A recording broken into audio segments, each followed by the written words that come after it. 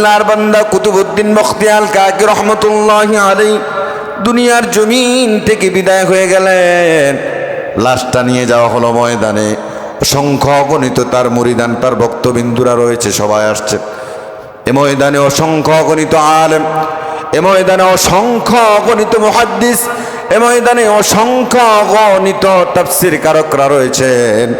আল্লাহর বান্দা খাদেম সবাইকে উদ্দেশ্য করে বললেন, কুতুবউদ্দিন বখতিয়ার কাকি 4টি নসিহত করে গেছেন।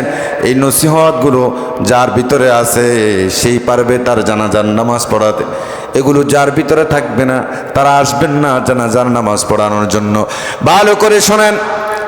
1 নম্বর নসিহত হলো, যে বান্দা কখনো আসরের নামাজের আগে 4 রাকাত সুন্নাত ছাড়ে নাই। আল্লাহু আকবার। আসরের আগের 4 রাকাত সুন্নাত ছাড়ে নাই, অথচ এই সুন্নাত পড়লে সওয়াব, না পড়লে কোনো গুনাহ, না পড়লে কোনো গুনাহ নাই। আর আমরা দুনিয়াতে এসেছি, আল্লাহ তাআলা আমাদেরকে 5 ওয়াক্ত নামাজ দিয়েছেন। 1 ওয়াক্ত নামাজের সাথে আমাদের সাক্ষাৎ নাই। এমন মুসল্লি আপনারা এখানে আছেন যারা 7টা 1 ওয়াক্ত নামাজ পড়েন, জুমার সালাত। আবার এমন অনেক মুসল্লিকে দেখা যায় সুন্নত তো দূরের কথা, 2 রাকাত ফরজ পড়ার জন্য আসছেন, ফরজ নামাজ শেষ মসজিদ থেকে বাইর হয়ে যান। আছে না নাই? যতই বলি আপনাদের লাভ হবে না, হেদায়েতের উপর নাই তো। এ বিষয়ে আলোচনা করা হয়েছে না আপনাদেরকে? আলোচনা করার পরেও তো একবারে সিরিয়াল ধরে বাহির হয়ে যান।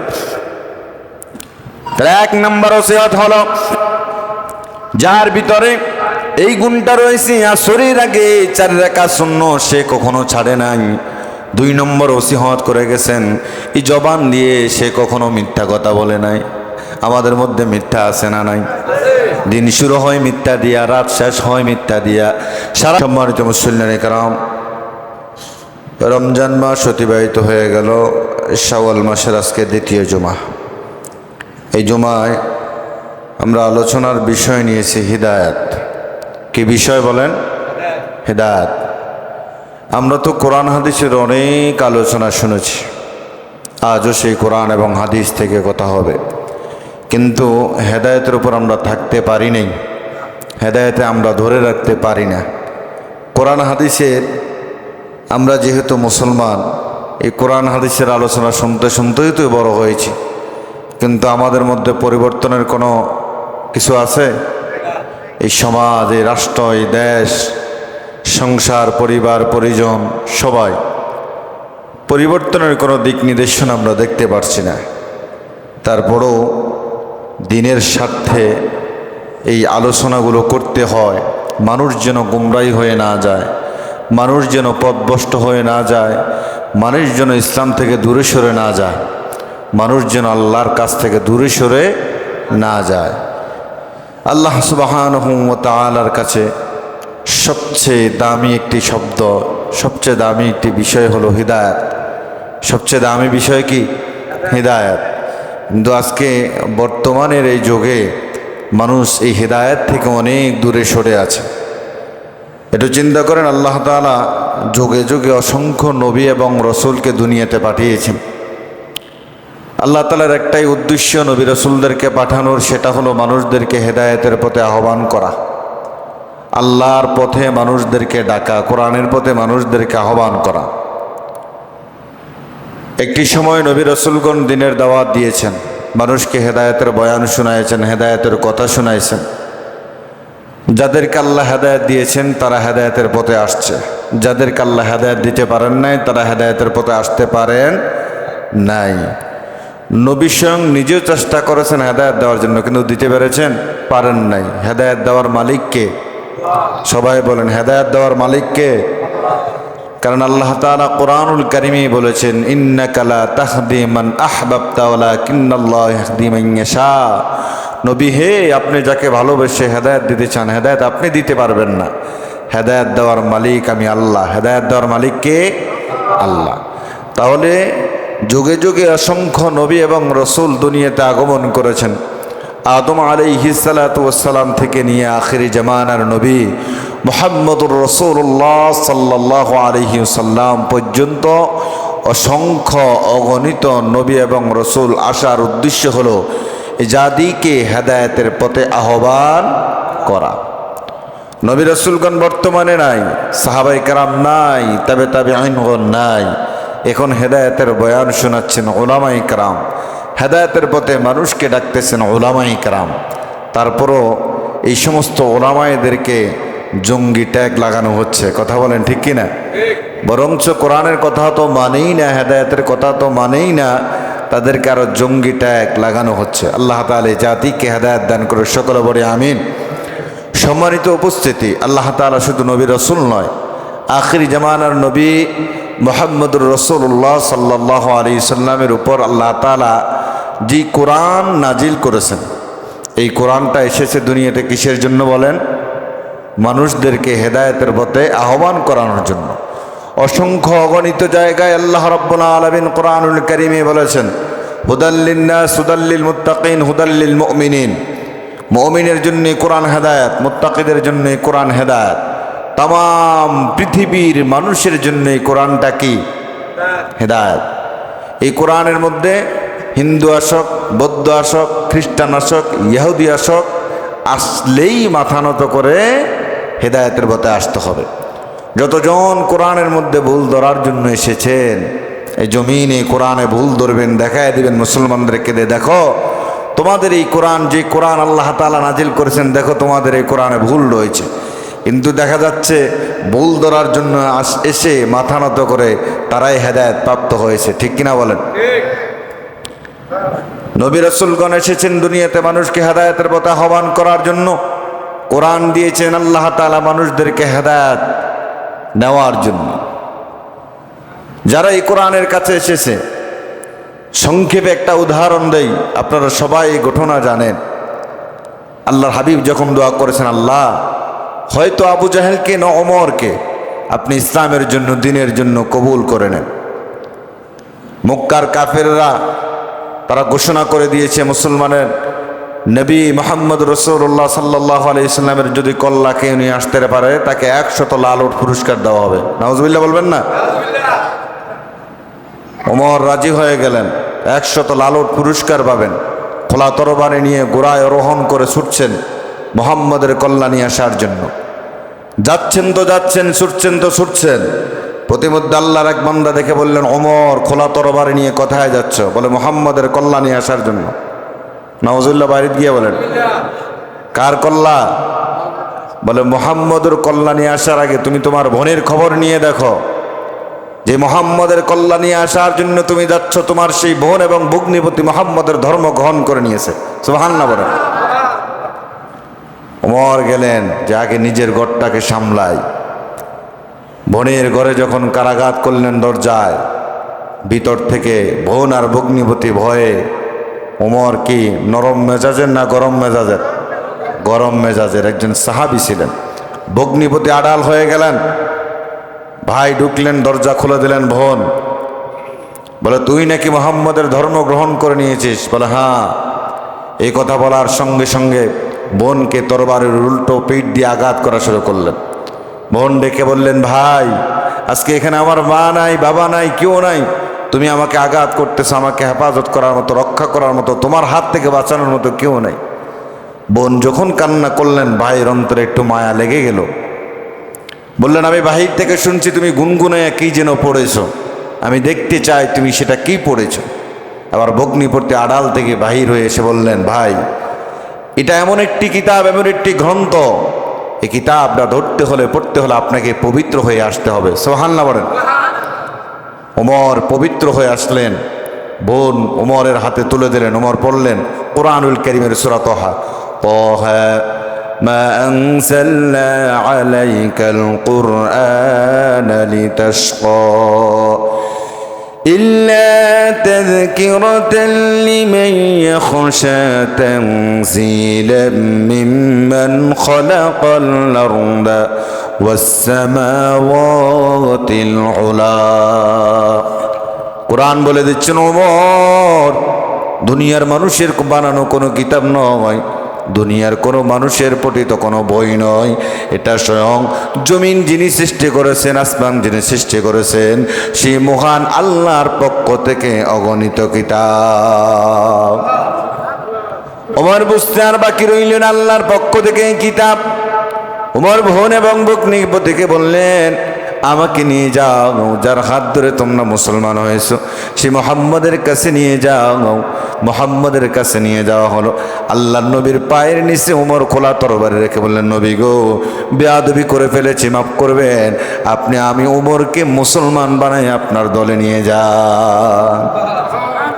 যত কাফির বেঈমান ইহুদি নাসারা আমার কোরআনের কাছে এসেছে, কোরআনের ভুল ধরতে এসেছে, ইসলামকে ধ্বংস করার জন্য এসেছে, হেদায়েত দান করেছেন কে? আমরা মুসলমান। 5 ওয়াক্ত নামাজ আল্লাহ রাব্বুল আলামিন আমাদের জন্য ফরজ করেছেন। কয় ওয়াক্ত?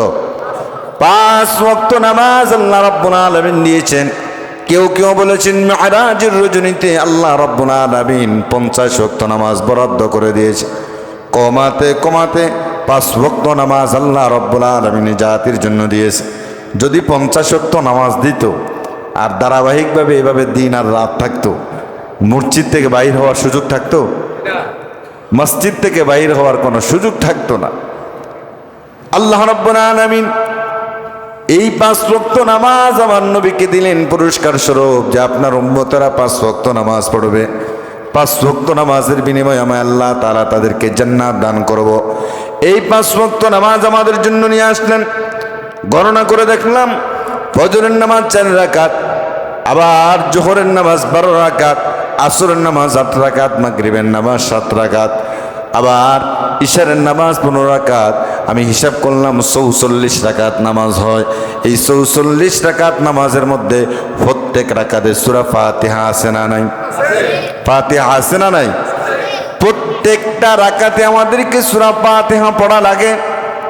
এই সূরা ফাতিহার মধ্যে আবার আল্লাহ রাব্বুল আলামিন কোরআনের একটা আয়াত ফিট করে দিয়েছেন, একটি দোয়া আল্লাহ তাআলা লাগায় দিয়েছেন।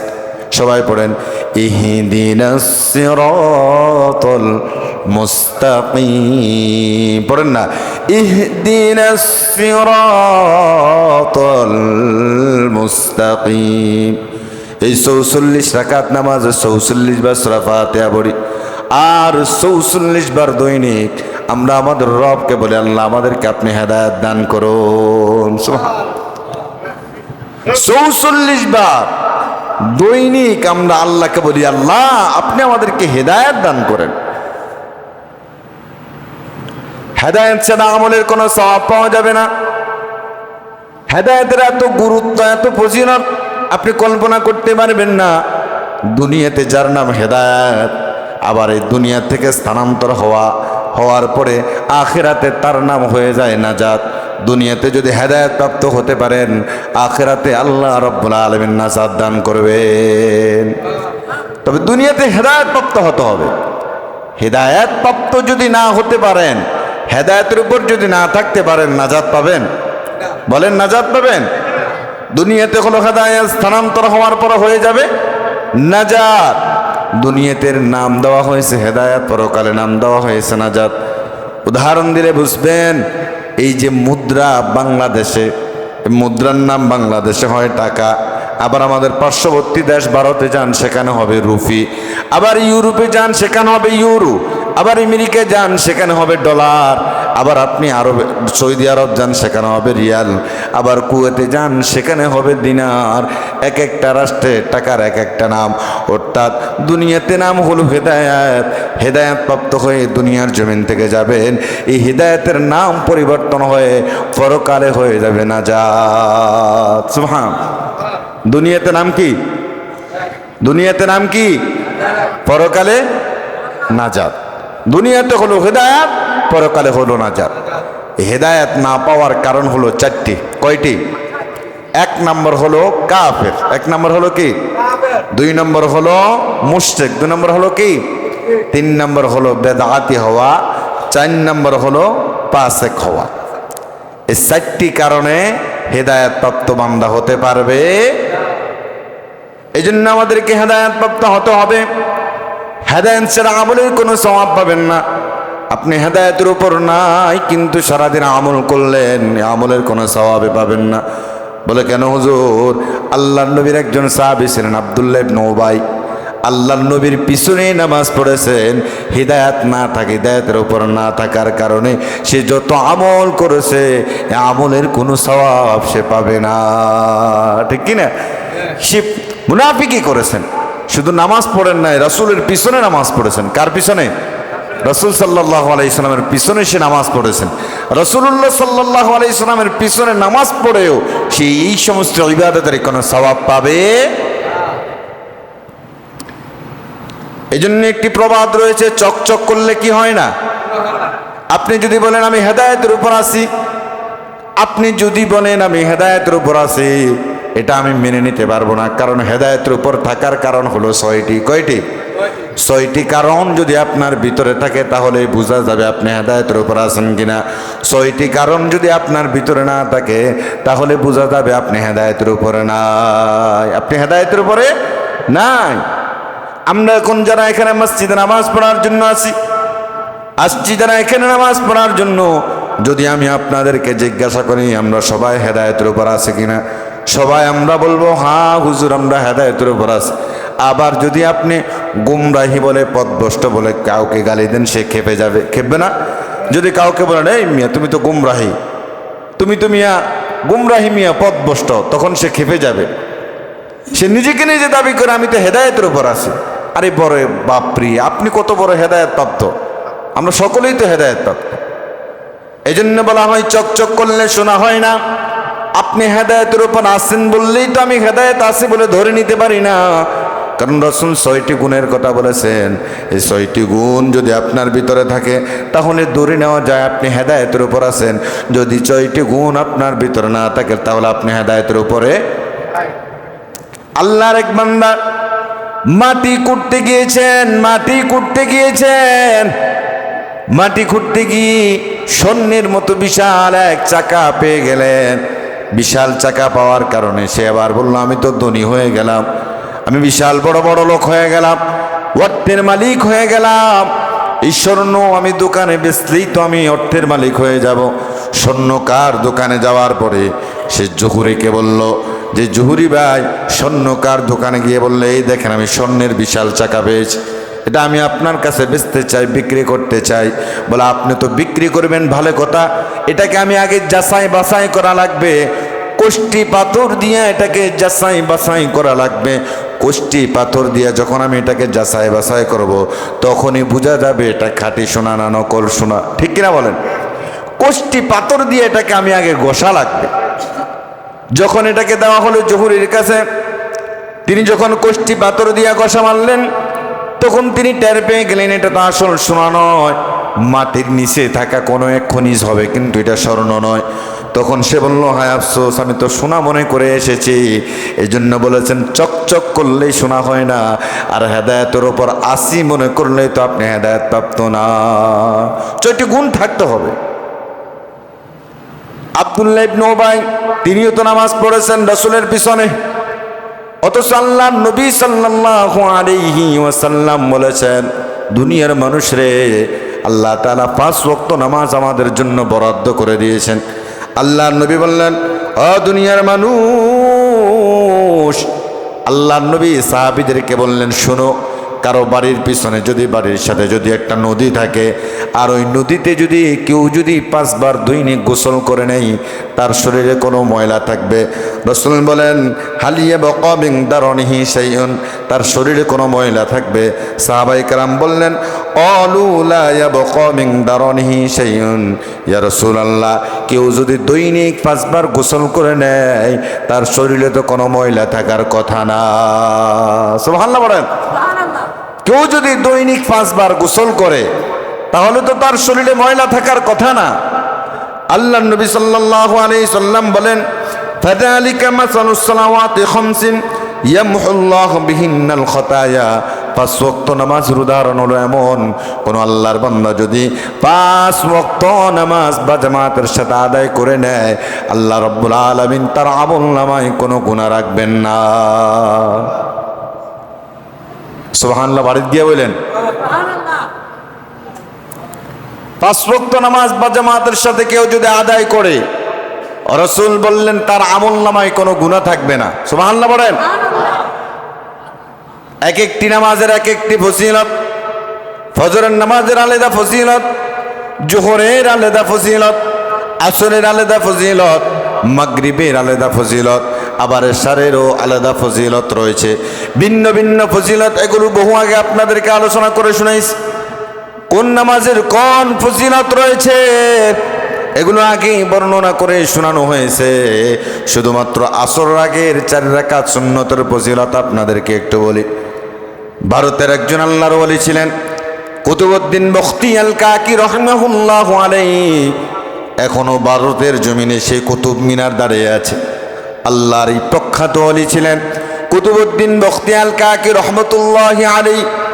তিনি যখন বড় বৃদ্ধ হয়ে গেলেন, তার খাদেমের কাছে নসিহত করে গেলেন, খাদেম রে, আমার তো অনেক পীর, আমার অনেক মুরিদ রয়েছে যারা আমার হাতে বায়াত গ্রহণ করেছে। আমার মুরিদের মধ্যে বড় বড় আলেম রয়েছে, হাফিজ কোরআন রয়েছে, মুহাদ্দিস রয়েছে, মুহাক্কিক রয়েছে, তাফসীর কারক রয়েছে। তবে আমি তোমার কাছে একটা নসিহত করে যাই, দুনিয়ার জমিন থেকে আমি যাওয়ার পরে 4টা গুণ যার ভিতরে থাকবে, ওই 4 গুণওয়ালা বিশিষ্ট আল্লাহর বান্দা যেন আমার জানাজার নামাজের ইমামতি করে নেয়। কয় গুণ? কয় গুণ? কুতুবউদ্দিন বখতি আল কাকি রাহমাতুল্লাহু আলাইহি তিনি বললেন, খাদেম, আমার শরীর এখন বলে দিচ্ছে আমি আর কতদিন বাঁচবো, আমি অত্যন্ত দুর্বল হয়ে পড়েছি। বৃদ্ধ মানুষ যখন দুর্বল হয়ে যায়, অসুস্থ হয়ে যায়, হাঁটতে পারে না, আর চলতে পারে না, তখন সে মনে মনে ধরে নেয় বেশি দিন মনে হয় আর বাঁচবো না। তখন নসিহত করে যায়, নাতিরে, আমি যদি দুনিয়ার জমিন থেকে বিদায় হয়ে যাই, তুমি যেহেতু মাদ্রাসায় পড়েছো, আমার জানাজার নামাজ ইমামতি করো। তখন বাতিজারে বলে যায়, বংশের মধ্যে, পরিবারের মধ্যে যারা বড় আলেম, যারা হাফিজ কোরআন, তাদেরকে নসিহত করে যায়। এভাবে কুতুবউদ্দিন বখতি আল কাকি রাহমাতুল্লাহি আলাইহি তিনি তার খাদেমকে বললেন, খাদেম, দুনিয়ার জমিন থেকে যাওয়ার পরে তুমি আমার লাশটা দুনিয়ার উপরে বেশিক্ষণ রাখবা না। কারণ রসুলের হাদিস, কোনো বান্দা যদি দুনিয়ার জমিন থেকে বিদায় হয়ে যায়, যত তাড়াতাড়ি সম্ভব তাকে দাফন করে দেওয়া, যত তাড়াতাড়ি সম্ভব তাকে কি করা। আর আমরা দিনের পর দিন সেটাকে, আর দিনের পর দিন সেটাকে এসির ভিতরে রেখে দেই।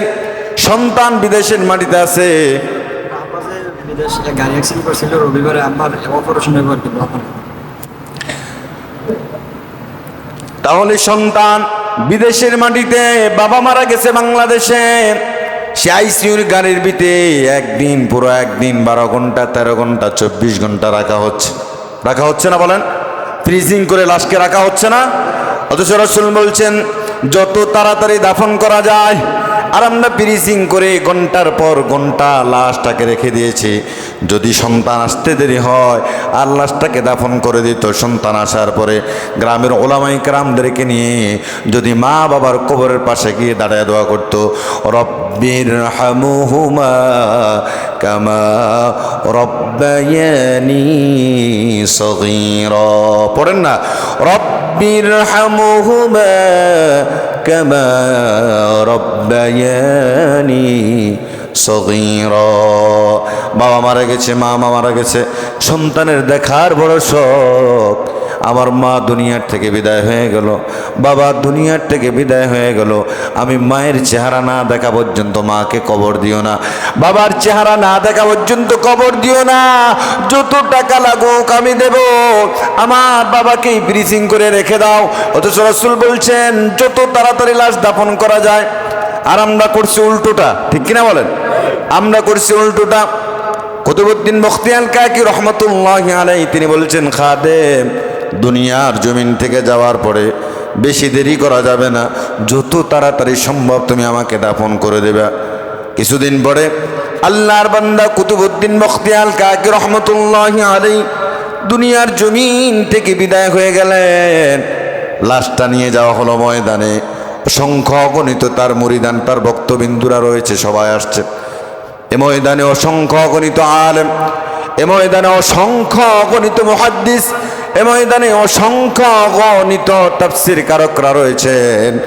আল্লাহর বান্দা খাদেম সবাইকে উদ্দেশ্য করে বললেন, কুতুবউদ্দিন বখতি আল কাকি 4টি নসিহত করে গেছেন। এই নসিহতগুলো যার ভিতরে আছে সেই পারবে তার জানাজার নামাজ পড়াতে।